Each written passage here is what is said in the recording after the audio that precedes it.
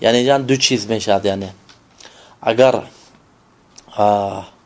مثلا آدم یکم رمضان زکات میتید، یکم رمضان زکات دادنش نکرد، لیکن قرضش کاری که باید که گرونده تید، قرضش مثلا بعد از یک ماه، بعد از 2 ماه، یعنی معنیش که شوال یا ذوالقعده بعد از رمضان بعد از 1 ماه 2 ماه میتید و یعنی از تمام مالش زکات میتید. همین قرضی هم حساب میکنه زکات به، فهمدید؟ لیکن یعنی مثلا یکم رمضان این زکات میتید و مثلا 29 شعبان یک روز پیش از رمضان قرضش باید که گرده تید. یعنی صاحب قرض اومد و چیکار دوای گفت قرض یافته تی گفت من به قرض گردان گفت وای حالتان باید که بر چیکار کند، یعنی قرض میتید.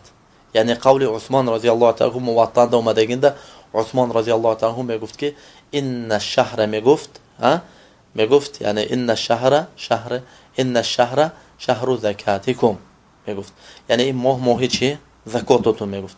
یعنی قرض برآورده میگفت اول زکات قرض برآورده سون زکات تیل میگفت، قرض برآورده سون چیکار کنید یعنی زکات تیل میگفت. یعنی معناش اگر وقت قرض اومده باشه، اگر قرض وقت اومده باشد و یعنی چی قرض مال به حساب کرده از همش برآورد زکات برآورده میتید.